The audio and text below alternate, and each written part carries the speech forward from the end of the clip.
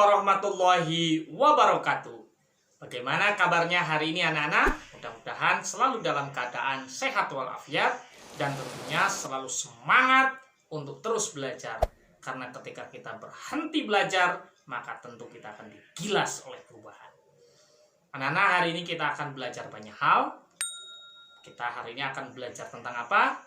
Saksikan video ini sampai selesai. Nah, anak-anak, sebelum pembelajaran dimulai, mari diingatkan, tolong disiapkan alat tulisnya terlebih dahulu, karena tentunya selama menyimak video ini, ada banyak hal yang harus kalian catat. Dan kita awali kegiatan pembelajaran hari ini dengan berdoa terlebih dahulu. Berdoa di dalam hati dipersilahkan. Selesai.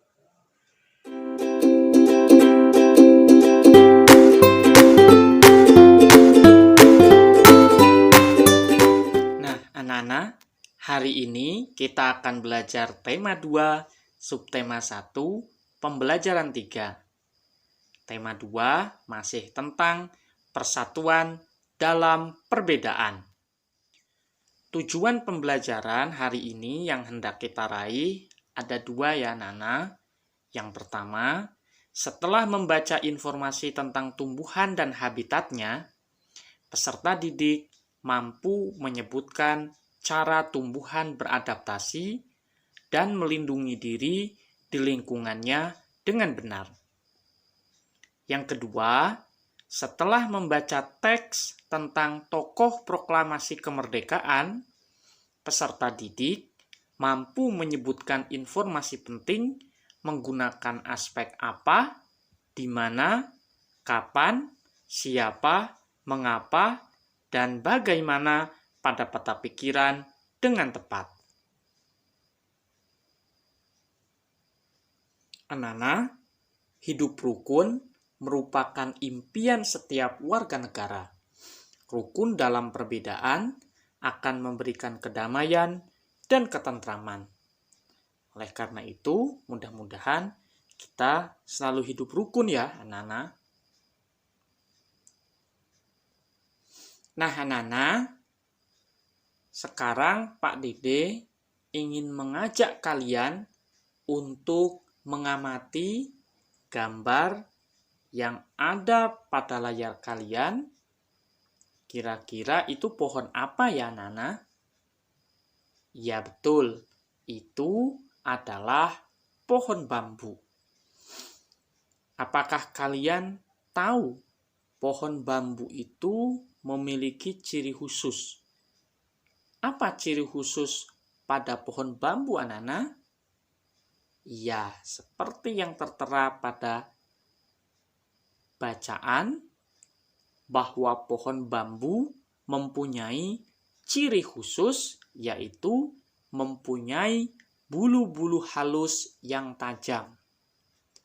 Nah, bulu yang tajam ini terdapat pada batangnya ya anak-anak. Apakah kalian pernah memegang bambu, kemudian tangan kalian merasa gatal dan agak kesakitan? Hati-hati ya anak-anak kalau memegang bambu, karena memang bulu pada bambu tersebut melekat kuat dan dapat menyebabkan gatal. Kalau kalian sudah terlanjur memegangnya, maka ada caranya loh. Apakah kalian sudah tahu? Caranya adalah tinggal digosok-gosok pada rambut kalian ya. Insya Allah, rasa gatal atau agak kesakitan yang ditimbulkan oleh bulu-bulu halus yang tajam pada batang bambu akan segera hilang. Anak-anak, dari bacaan ini kita belajar bahwa pohon bambu memiliki ciri khusus. Nah, tahukah kalian bahwa tumbuhan itu beradaptasi untuk mempertahankan hidupnya, anak-anak? Adaptasi sendiri adalah ciri-ciri khusus yang dimiliki tanaman atau tumbuhan untuk hidup pada tempat atau daerah tertentu. Jadi, contoh seperti tadi sudah kita bahas bahwa pohon bambu mempunyai ciri khusus berupa bulu-bulu halus yang tajam adalah merupakan bentuk adaptasi pohon bambu terhadap lingkungannya.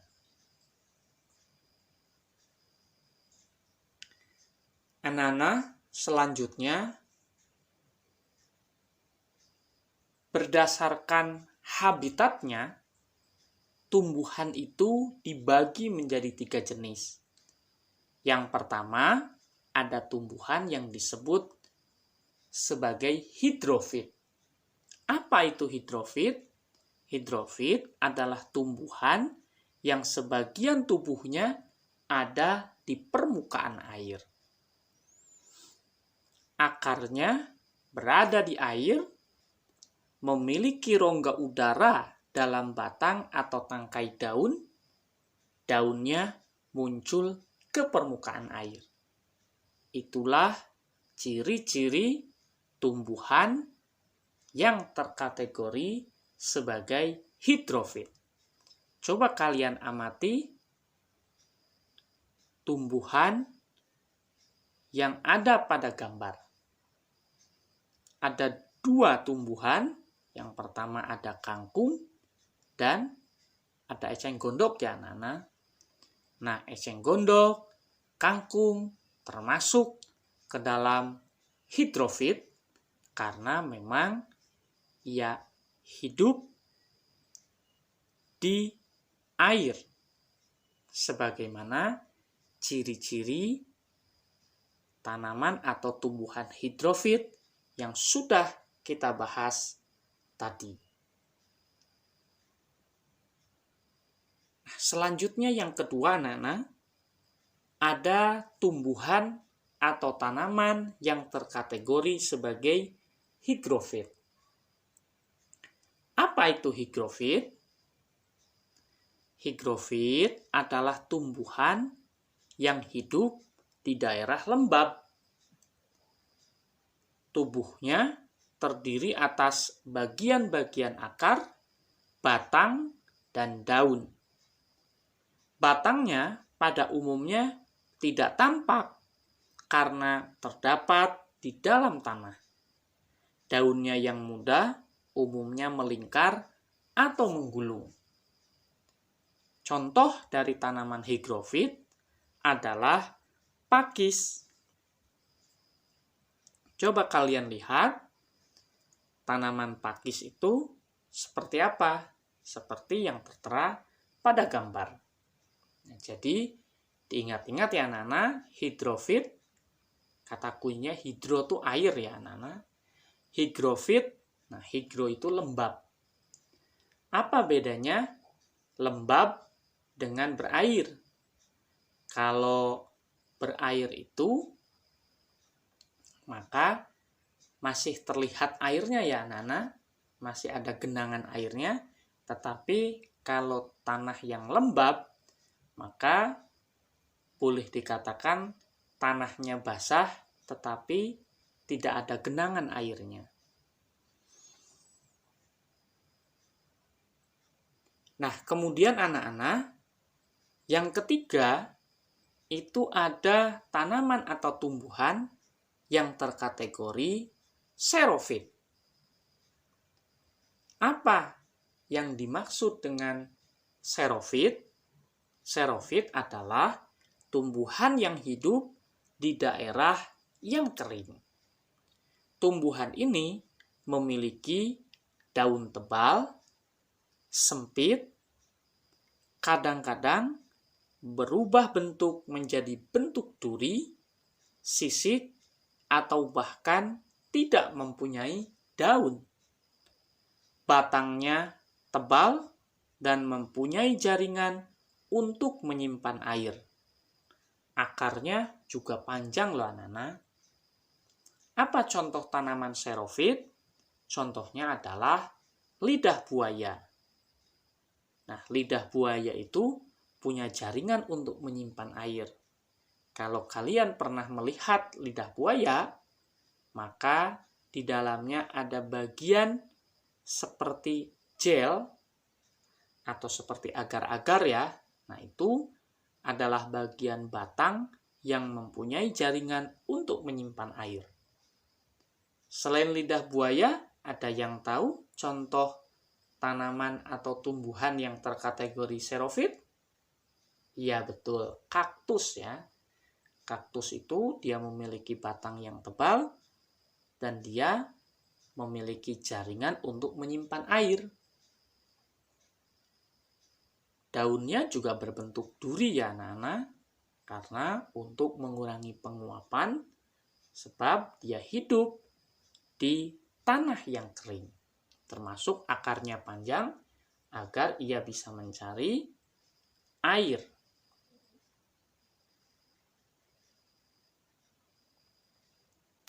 Nah, anak-anak, untuk bertahan hidup, tumbuhan itu perlu menyesuaikan dan melindungi diri. Bagaimana tumbuhan tersebut dapat beradaptasi dengan lingkungannya? Kali ini Pak Dede akan menunjukkan beberapa tumbuhan dengan cara menyesuaikan dirinya terhadap lingkungannya.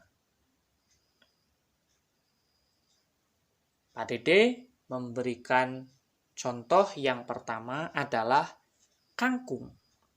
Bagaimana kangkung menyesuaikan diri dengan lingkungannya? Yang pertama, kangkung mempunyai rongga udara pada batang. Yang kedua, daunnya di atas permukaan air. Ini adalah ciri khusus pada kangkung untuk beradaptasi dengan lingkungannya. Selanjutnya adalah teratai. Adakah di antara kalian yang pernah melihat teratai? Tentu ada ya.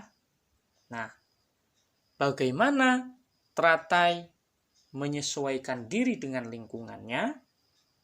Teratai menyesuaikan diri dengan lingkungannya dengan memiliki ciri khusus, yaitu memiliki batang berongga, memiliki daun yang lebar, batangnya berada di dalam air. Nah, berikutnya lidah buaya.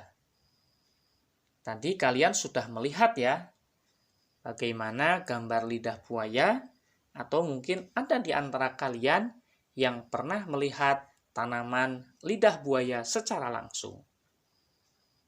Lalu, bagaimana lidah buaya menyesuaikan diri dengan lingkungannya? Lidah buaya menyesuaikan diri dengan lingkungannya dengan memiliki ciri khusus, yaitu memiliki jaringan untuk menyimpan air, sebagaimana yang tadi Pak Dede katakan ketika membahas lidah buaya, yaitu ada bagian pada lidah buaya yang seperti agar-agar anak-anak, itulah jaringan untuk menyimpan air. Selanjutnya ada tanaman pakis. Waktu kita membahas tentang higrofit, kalian sudah melihat ya gambar tumbuhan atau tanaman pakis. Nah, lalu bagaimana pakis menyesuaikan diri dengan lingkungannya? Pakis beradaptasi dengan lingkungannya yang lembab, yakni dengan cara menggulung daunnya.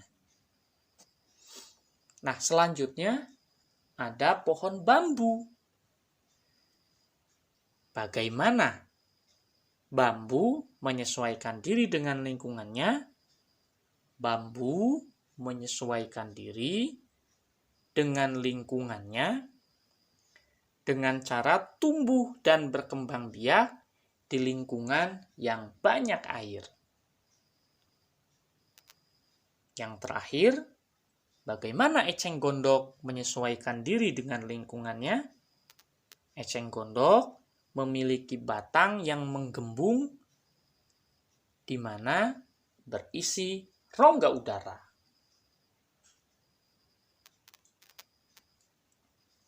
Nah, selanjutnya anak-anak, bagaimana sih tumbuhan atau tanaman melindungi dirinya? Kita mulai dengan pohon bambu, anak-anak.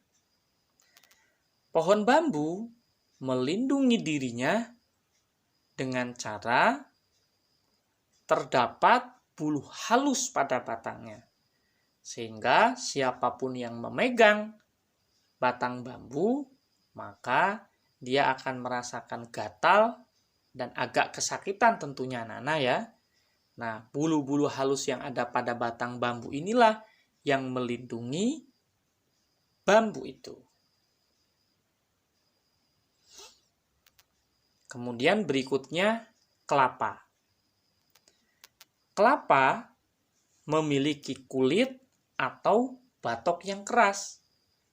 Dengan kulit atau batok yang keras itulah kemudian kelapa bisa melindungi dirinya.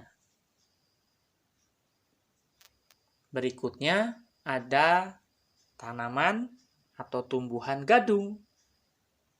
Gadung melindungi dirinya dengan cara memproduksi racun. Oleh karena itu, orang-orang yang akan membuat kerupuk gadung, karena berbahan dari gadung, kalau tidak pandai mengolahnya, bisa-bisa beracun loh anak-anak. Maka hati-hati dalam mengolah gadung untuk olahan makanan. Selanjutnya putri malu. Pasti kalian sudah sering melihat putri malu ya. Nah, bagaimana putri malu melindungi dirinya? Putri malu melindungi dirinya dengan cara daunnya akan bergerak menutup ketika mendapat sentuhan. Selanjutnya, pohon nangka. Pasti kalian sudah tahu ya pohon nangka dan mungkin sudah sering memakan buahnya. Nah, bagaimana ya nangka melindungi dirinya? Nangka melindungi dirinya dengan cara memiliki getah yang lengket dan terdapat duri pada buahnya. Dengan getahnya yang lengket serta duri yang ada pada buahnya itulah kemudian nangka bisa melindungi dirinya. Selanjutnya, bunga mawar. Adakah di antara kalian yang pernah melihat bunga mawar? Pastinya sudah pernah ya. Dan bunga mawar sangat indah. Pertanyaannya, bagaimana mawar melindungi dirinya? Mawar melindungi dirinya yakni dengan memiliki duri pada batangnya. Dengan duri itulah mawar bisa melindungi dirinya. Nah, anak-anak, kali ini Pak Dede ingin mengajak kalian semuanya untuk membaca teks yang berjudul Proklamasi Kemerdekaan Indonesia. Proklamasi Kemerdekaan Indonesia memberi makna yang sangat penting bagi bangsa Indonesia. Sejak teks proklamasi kemerdekaan dibacakan, rakyat Indonesia memiliki negara merdeka, berdaulat, dan bermartabat. Tonggak sejarah tersebut tidak akan terjadi apabila tidak ada anak bangsa yang berani memproklamirkan kemerdekaan. Mereka adalah pejuang bangsa yang tidak boleh dilupakan. Berikut adalah para pejuang bangsa yang telah berjasa terhadap kemerdekaan negara Indonesia. Coba kalian amati foto yang ada pada layar kalian yang memakai peci hitam itu. Apakah kalian mengenalnya? Tentu saja bukan. Siapa dia? Iya betul, dia adalah Insinyur Soekarno. Insinyur Soekarno merupakan salah satu orang yang berjasa dalam mendirikan negara Republik Indonesia sebagai negara berdaulat. Bung Karno lahir di Blitar, Jawa Timur, 6 Juni 1901 dan meninggal di Jakarta 21 Juni 1970. Bung Karno menyusun konsep teks proklamasi di rumah Laksamana Tadasi Maida bersama Bung Hatta dan Mr. Ahmad Subarjo. Ia kemudian menandatangani teks proklamasi atas nama bangsa Indonesia bersama Bung Hatta. Bung Karno membacakan teks proklamasi kemerdekaan Indonesia di kediamannya di Jalan Pegangsaan Timur nomor 56 Jakarta. Selanjutnya anak-anak, coba kalian perhatikan foto yang ada di sebelah kiri bawah. Siapa yang menggunakan kacamata itu ya anak-anak? Ya, foto di mana orang di dalamnya menggunakan kacamata itu adalah Dr. Andes Haji Muhammad Hatta atau kerap disapa Bung Hatta. Beliau lahir di Bukit Tinggi, Sumatera Barat, 12 Agustus 1902. Beliau wafat di Jakarta 14 Maret 1980 pada usia 77 tahun. Bung Hatta menyusun konsep teks proklamasi bersama Bung Karno dan Mr. Ahmad Subarjo. Ia ikut menandatangani teks proklamasi atas nama bangsa Indonesia bersama Bung Karno. Muhammad Hatta adalah wakil presiden pertama Indonesia. Selain itu, beliau adalah Bapak Koperasi Indonesia. Nah, selanjutnya Nana ada Mr. Ahmad Subarjo Joyoa Disuryo, lahir di Karawang, Jawa Barat, 23 Maret 1896 dan wafat 15 Desember 1978 pada umur 82 tahun. Beliau adalah Menteri Luar Negeri Indonesia yang pertama. Ahmad Subarjo merupakan salah seorang tokoh dari golongan tua yang berperan dalam mempersiapkan proklamasi kemerdekaan Indonesia. Ahmad Subarjo ikut menyusun konsep teks proklamasi di rumah Laksamana Tadasi Maida bersama Bung Karno dan Bung Hatta. Coba kalian perhatikan ya foto Ahmad Subarjo. Selanjutnya ada Laksamana Tadasi Maida, yaitu seorang perwira tinggi Angkatan Laut Kekaisaran Jepang. Beliau membantu persiapan konsep teks proklamasi kemerdekaan dengan mempersilahkan rumahnya digunakan untuk kegiatan yang sangat penting. Di rumahnya berkumpul para tokoh bangsa yang berjasa besar. Walaupun beliau orang Jepang, beliau rela membantu Indonesia karena simpati terhadap rakyat Indonesia. Selanjutnya ada Sukarni. Coba kalian perhatikan fotonya yang menggunakan peci hitam di sebelah kanan atas. Sukarni lahir di Blitar, Jawa Timur, 14 Juli 1916. Beliau wafat di Jakarta 7 Mei 1971 pada usia 54 tahun. Nama lengkapnya adalah Sukarni Kartodiwiryo. Sukarni adalah salah seorang tokoh pemuda dan pejuang yang gigih melawan penjajah. Sukarni mengusulkan agar yang menandatangani teks proklamasi adalah Bung Karno dan Bung Hatta atas nama bangsa Indonesia. Selanjutnya, foto berikutnya adalah foto Fatmawati ya anak-anak, yang menggunakan kerudung. Nah, Fatmawati yang bernama asli Fatimah lahir di Bengkulu pada tahun 1923 dan meninggal dunia di Jakarta pada tahun 1980. Beliau dimakamkan di Taman Makam Pahlawan di Kalibata, Jakarta. Fatmawati menjahit bendera pusaka Sang Saka Merah Putih yang dikibarkan pada upacara proklamasi kemerdekaan Indonesia di Jalan Pegangsaan Timur nomor 56 Jakarta. Selanjutnya, foto berikutnya adalah Sayuti Melik. Di sebelah kanan bawah ya anak-anak. Nah, teks proklamasi kemerdekaan diketik oleh Sayuti Melik. Sayuti Melik adalah tokoh pemuda yang juga sangat berperan dalam proklamasi kemerdekaan Indonesia.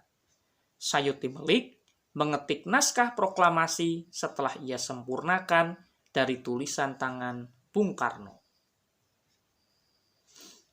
Nah, anak-anak, sekarang Pak Dede ingin mengajak kalian untuk mengisi peta pikiran berdasarkan bacaan yang tadi sudah kita baca bersama.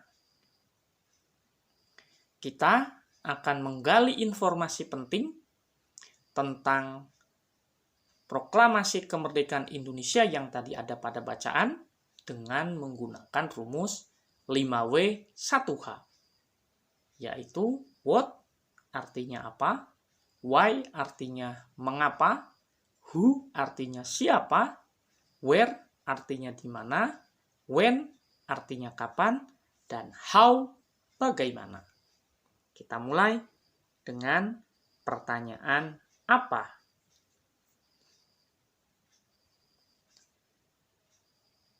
Pak Dede membuat pertanyaan menggunakan kata tanya apa untuk menggali informasi teks tentang proklamasi kemerdekaan Indonesia dengan pertanyaan, apa makna proklamasi kemerdekaan bagi bangsa Indonesia? Selanjutnya, menggunakan kata tanya mengapa, Pak Dede membuat pertanyaan, mengapa saat itu para pejuang berani memproklamirkan kemerdekaan? Selanjutnya, kata tanya siapa, Pak Dede membuat pertanyaan, siapa saja nama-nama tokoh yang ada di dalam teks? Kemudian, kata tanya di mana, Pak Dede membuat pertanyaan, di mana teks proklamasi kemerdekaan Indonesia dibacakan. Lalu berikutnya, kata tanya kapan, Pak Dede membuat pertanyaan, kapan teks proklamasi kemerdekaan Indonesia dibacakan? Yang terakhir, kata tanya bagaimana, Pak Dede membuat pertanyaan, bagaimana proses penyusunan teks proklamasi kemerdekaan Indonesia? Nah, dengan menggunakan 5W1H ini, kita bisa menggali informasi, tentunya informasi penting ya anak-anak, dalam sebuah bacaan.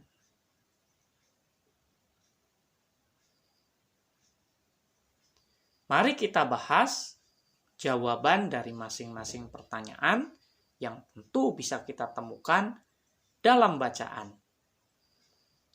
Pertanyaan pertama, apa makna proklamasi kemerdekaan bagi bangsa Indonesia?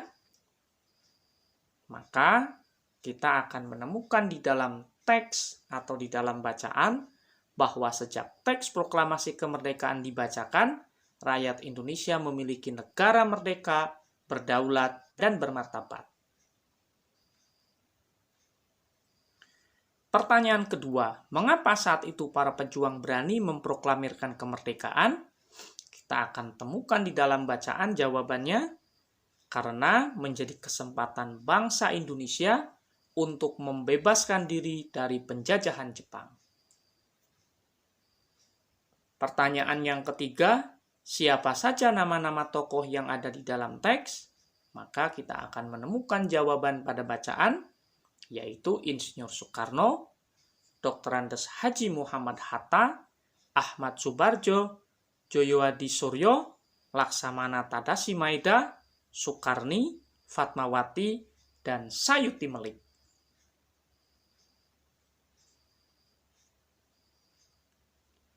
Pertanyaan selanjutnya, di mana teks proklamasi kemerdekaan Indonesia dibacakan? Kita akan temukan jawaban dalam bacaan, yaitu di Jalan Pegangsaan Timur nomor 56, Jakarta. Pertanyaan berikutnya, kapan teks proklamasi kemerdekaan Indonesia dibacakan? Kita juga akan menemukan jawabannya di dalam bacaan, yaitu 17 Agustus 1945. Dan yang terakhir, bagaimana proses penyusunan teks proklamasi kemerdekaan Indonesia? Maka kita akan temukan di dalam bacaan bahwa proses penyusunan teks proklamasi kemerdekaan Indonesia dengan cara dibagi tugas ya anak-anak, yaitu teks proklamasi disusun oleh Insinyur Soekarno, Dr. Andes Muhammad Hatta, dan Mr. Ahmad Subarjo. Adapun yang menulis konsep teks proklamasi adalah Insinyur Soekarno, sedangkan yang mengetik teks proklamasi adalah Sayuti Melik, dan yang menandatangani teks proklamasi adalah Insinyur Soekarno dan Dr. Andes Muhammad Hatta atas nama bangsa Indonesia. Anak-anak, negara Indonesia dibangun berdasarkan persatuan. Seluruh generasi bahu-membahu membangun bangsa Indonesia yang bebas dari negara penjajah. Dapatkah kamu bayangkan apa yang terjadi apabila saat itu mereka tidak bersatu? Tentu tidak akan ada negara Indonesia yang kita cintai ini apabila tidak ada persatuan. Oleh karena itu, ternyata persatuan itu penting ya anak-anak. Oleh karena itu, mari kita jaga kerukunan dan persatuan dalam kehidupan sehari-hari. Wah, tidak terasa anak-anak, kita sudah sampai di penghujung kegiatan pembelajaran pada hari ini. Nah, sekarang Pak Dede ingin mengajak kalian untuk merenungkan kembali apa saja yang telah kita pelajari hari ini dan apa pula manfaatnya. Apakah kalian masih ingat? Betul ya, kita sudah belajar. Yang pertama adalah mengenal macam-macam adaptasi dan cara melindungi diri tumbuhan terhadap lingkungannya. Kita mengenal ada tumbuhan hidrofit, higrofit, dan xerofit.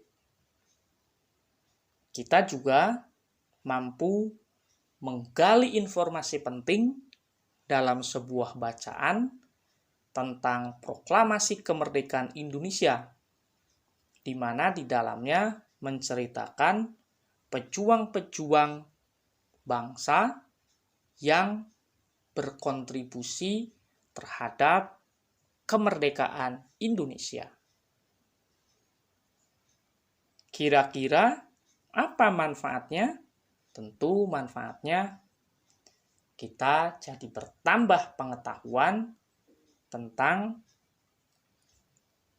cara tumbuhan menyesuaikan diri dan melindungi diri terhadap lingkungannya. Selain itu, kita juga jadi bertambah ya anak-anak pengetahuan kita tentang para pejuang yang berkontribusi untuk memerdekakan Indonesia. Sebagaimana kata Bung Karno, jas merah, jangan sekali-kali melupakan sejarah. Nah, anak-anak, tentu kita harus mengetahui asal-usul negara kita, sehingga kita menjadi bagian dari bangsa yang besar ini karena mengetahui asal-usul dan latar belakang kemerdekaan negara kita ya anak-anak, sehingga kita bisa meneladani sikap para pejuang, terutama persatuan dan kerukunan.